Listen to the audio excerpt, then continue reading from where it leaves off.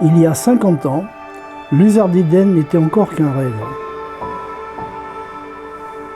Un rêve né dans le cœur des montagnards, d'hommes et de femmes qui savaient voir au-delà des cimes enneigées. Un rêve d'avenir, d'ouverture et d'audace. L'enjeu était de taille. Il fallait trouver un lieu dans notre belle montagne pour accueillir la station. Veillé par le pic de Viscos, baigné de la lumière pyrénéenne, le secteur de Bédéret fut le premier à accueillir ce rêve commun.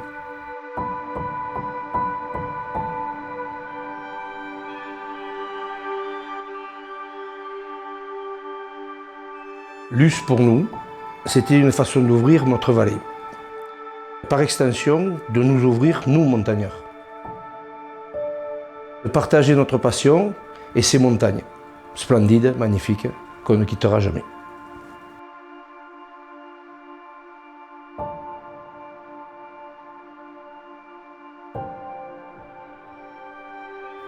Pour moi, Lus, c'est là où j'ai appris à skier, mais surtout à aimer la montagne.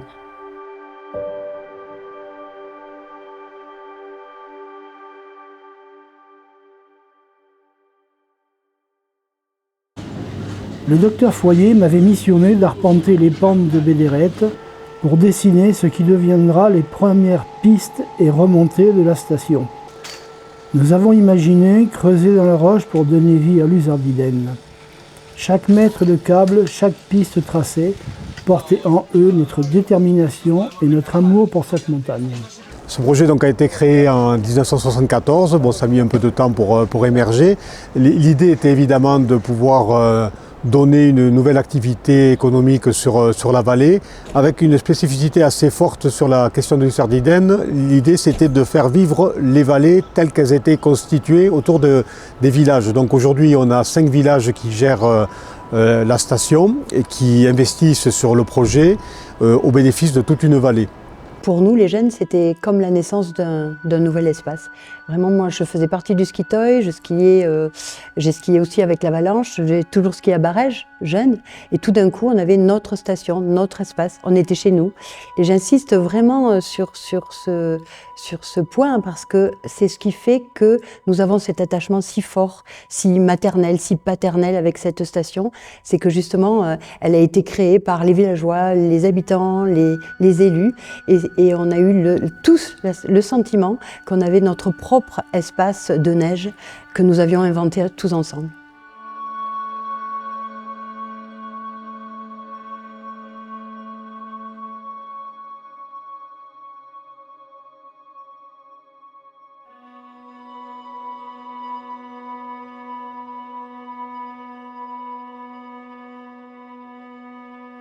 Alors ça, c'est mon premier surf, tu vois. C'est un des premiers qui a été fabriqué, on va dire, pas artisanalement, mais presque industriellement, parce que c'est le numéro 2 qui a été fabriqué à Grenoble.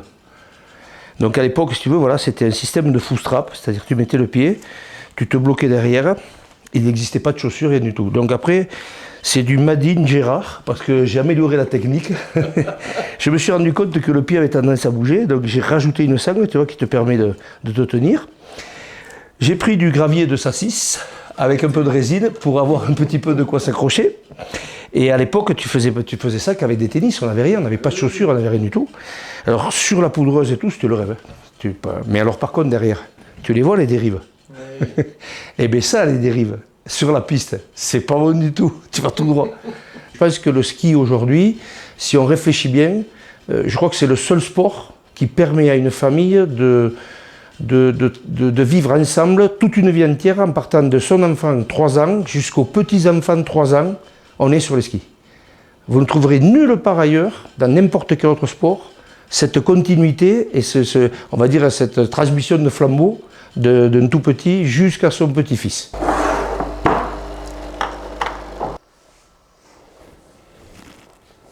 La station, c'est la station de Lus, c'est celle avec laquelle j'ai grandi, qui m'a vu grandir. J'ai fait un peu tout là-haut et du coup ça représente beaucoup pour moi. Et j'ai évolué de tout petit jusqu'à maintenant là-haut et ça m'a tout appris à Luce et j'ai jamais quitté Luce parce que je me suis toujours bien senti là-haut au sein de l'école ou au sein du club de ski du ski toy. Donc je suis resté là-haut, j'y suis attaché. Ouais. Il y a des enfants à qui j'ai appris à faire du ski. Qui ont maintenant un bon niveau de ski. Donc on arrive à les recroiser dans la station sans qu'on soit forcément en cours, mais ils se souviennent de nous, nous on se souvient d'eux et on en a pas mal, ouais, des gens comme ça. Ouais, du coup j'ai commencé au ski toy et j'ai commencé tout petit à 6 ans, 7 ans. Et maintenant, du coup je suis entraîneur au ski toy, donc c'est un juste retour des choses.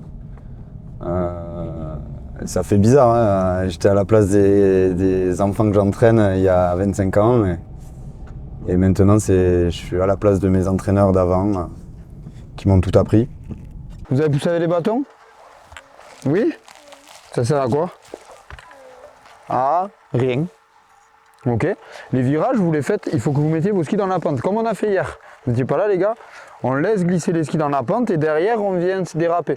Ok? Si vous essayez de déraper trop vite, ça ne marche pas. Axel, prends de la vitesse. Prends de la vitesse.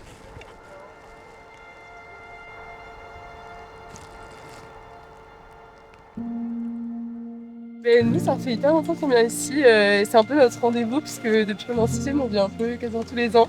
Et en vrai, c'est adapté à tous les niveaux et tout. Donc, je trouve ça cool. Oui, ben écoutez, je viens dans cette association depuis sa création.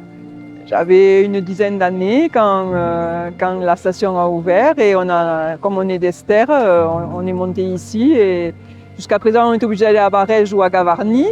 Donc on a été très heureux lorsque cette station a ouvert. Là, ce sont les petits-enfants, oui. Les enfants ont appris à skier ici. Ils ont pris des cours et puis après, bon, ils ont skié seuls. Et maintenant, ce sont les petits-enfants qui commencent à skier. Moi, j'ai passé l'étoile d'or. Ça fait quelques années que je suis ici, que je viens à la station. Notre joie de venir à Luce, c'est de pouvoir faire skier, apprendre à skier aux enfants, les faire épanouir dans un domaine qui est formidable. Et puis surtout de voir leur sourire tous les samedis, c'est notre plus grande joie. La chose importante pour les enfants en général, c'est aussi dans cette découverte de l'activité, c'est aussi les premiers pas dans le groupe, donc apprendre à socialiser dans un sport. Et c'est aussi le respect des règles qui est quand même importante puisqu'on a des règles de sécurité à essayer de suivre. Donc l'enfant apprend tout ça, il apprend à devenir autonome également puisque c'est vraiment porter ses skis, marcher avec des chaussures, c'est que ça peut être compliqué. Donc il y a ça également, ils sont encadrés par des moniteurs fédéraux ou ils sont encadrés par les encadrants du ski toy bien évidemment. Et ensuite c'est aussi s'amuser avec les copains, découvrir un nouveau relief, découvrir la neige également et le froid. Donc tout ça c'est quand même beaucoup d'apprentissage et qui leur permettent aussi d'avoir des super souvenirs et des bons chocolats chauds aussi quand ils ont eu froid. Donc c'est tout ça. Je devais skier avant de marcher avec Béa. Non, je rigole.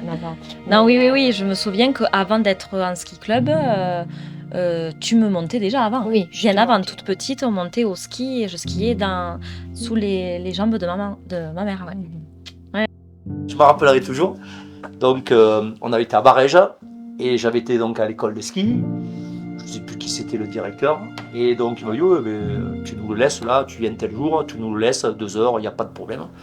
Donc on part, moi, leur mère, Lison, donc elle qui skiait, l'aîné, et puis Tom, donc on l'amène au jardin d'enfants et on se taille, nous tous les 3 skier. Et pendant 2 heures de temps, il était agrippé au filet, il m'a dit Bernard, il n'a pas bougé de filet, il a fait que chialer et il n'a jamais voulu entendre parler du ski. Ça je me rappellerai toujours.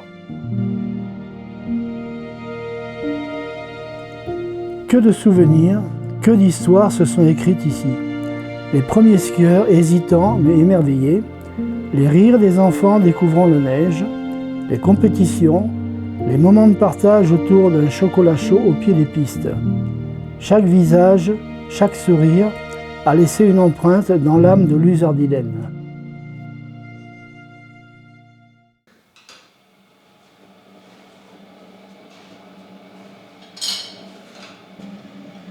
La bonne tourte de chez Gilou.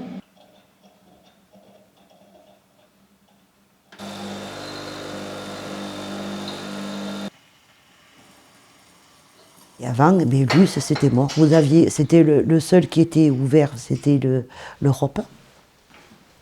L'hôtel de l'Europe qui était ouvert. Et le restant, tout était fermé. Saint-Sauveur, tout était fermé.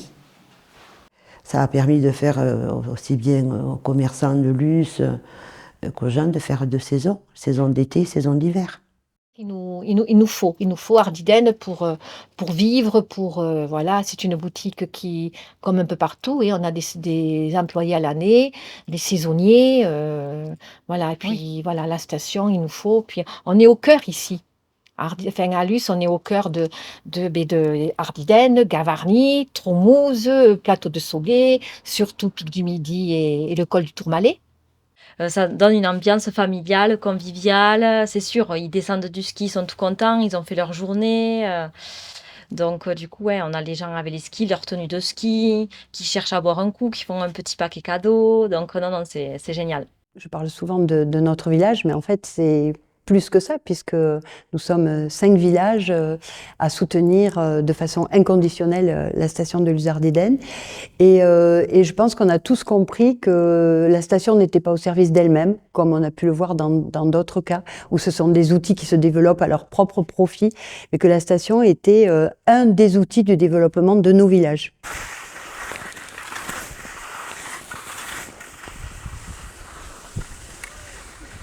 On a un problème de démarrage sur le moteur thermique.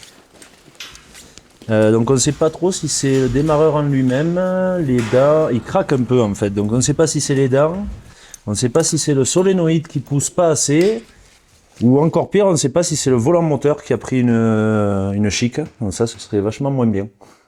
L'hiver, il y a tout qui tourne, du coup c'est un peu compliqué de faire la maintenance dessus. Nous on n'a que des vérifications le soir à faire.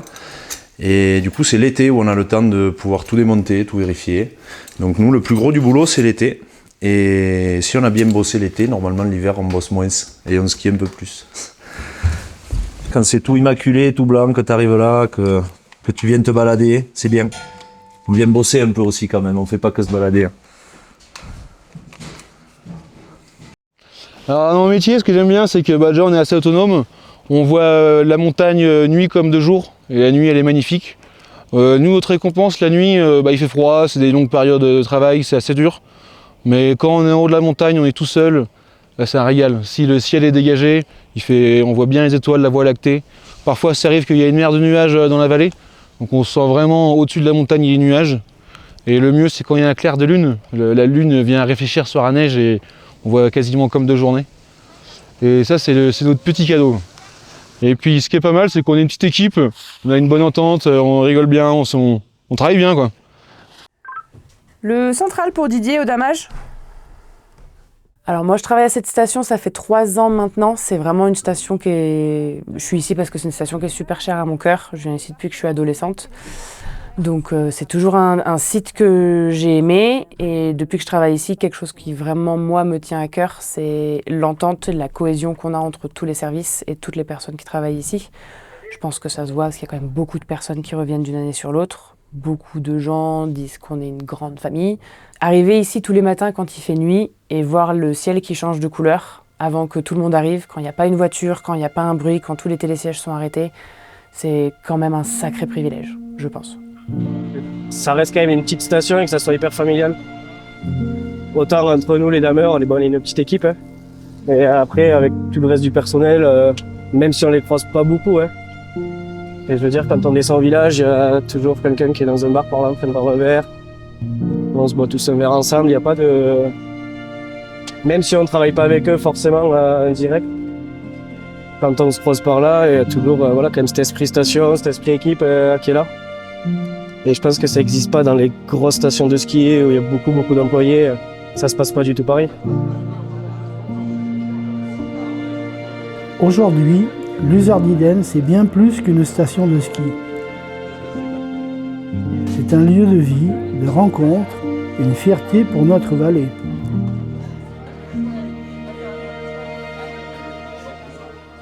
Ces pistes, ces remontées mécaniques, ces panoramas qui font rêver, ce sont aussi les témoignages de notre histoire collective et une véritable aventure humaine.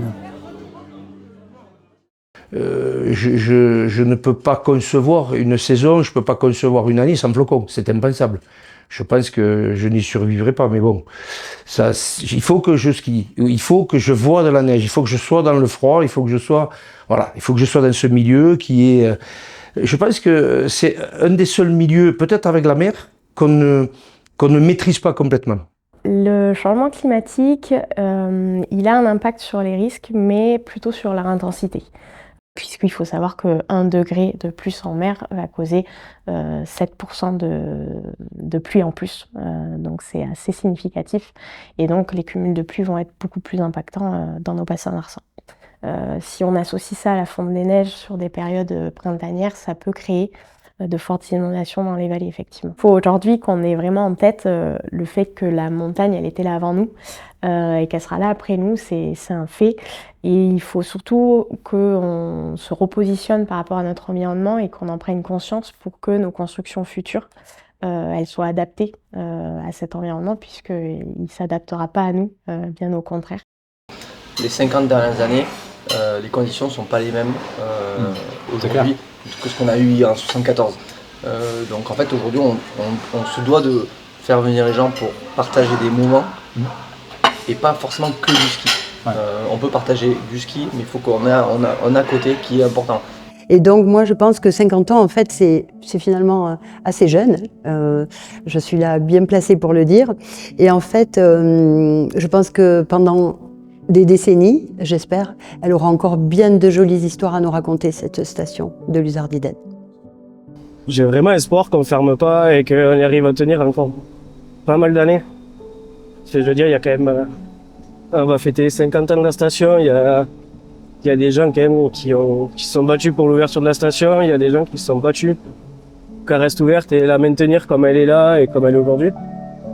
Et il y a encore quelques personnes ici qui ont quelques années quand même de station, qui n'ont pas forcément envie qu'elle ferme, mais pas de nous non plus.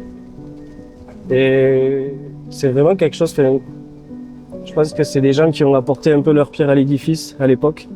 Je pense que c'est un peu à nous aujourd'hui aussi de s'investir et de faire en sorte que voilà, qu'on arrive à garder ce outil de travail qui quand même, je veux dire, il fait pas juste vivre les employés de la station et les familles des employés. Il y a quand même tous les commerçants de la vallée qui profitent de ce outil de travail, donc c'est bien que tout le monde se batte pour ça. Et je pense que ça passe par tout le monde, quoi. J'ai quand même beaucoup de personnes, j'ai mon père qui a travaillé ici, ma mère, j'ai mon oncle qui est encore là, j'ai ma tante qui a travaillé ici. Et je veux dire, je suis un enfant de la vallée, je pense que toutes les personnes avec qui j'ai grandi, il y a forcément quelqu'un dans la famille qui a travaillé ici, sur Luce. Et je pense que c'est bien de le rendre aussi aujourd'hui, quand ils nous ont laissé ça, et c'est peut-être aujourd'hui à nous d'y faire attention et faire en sorte qu'on fasse encore, je sais pas, qu'on fête les 60 ans ou les 70, autant qu'on pourra. 50 ans, c'est une étape, mais c'est aussi un départ. Les défis d'aujourd'hui ne sont plus ceux d'hier. Préserver cette nature qui nous entoure, innover pour accueillir de nouvelles générations, Luzardiden continuera d'évoluer. Toujours avec cette même passion, cet attachement indéfectible à la montagne.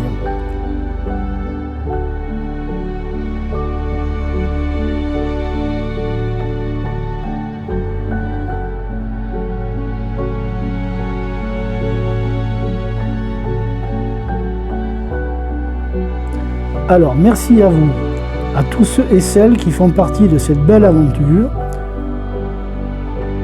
Luzardiden, ce n'est pas seulement une station, c'est une histoire qui s'écrit ensemble.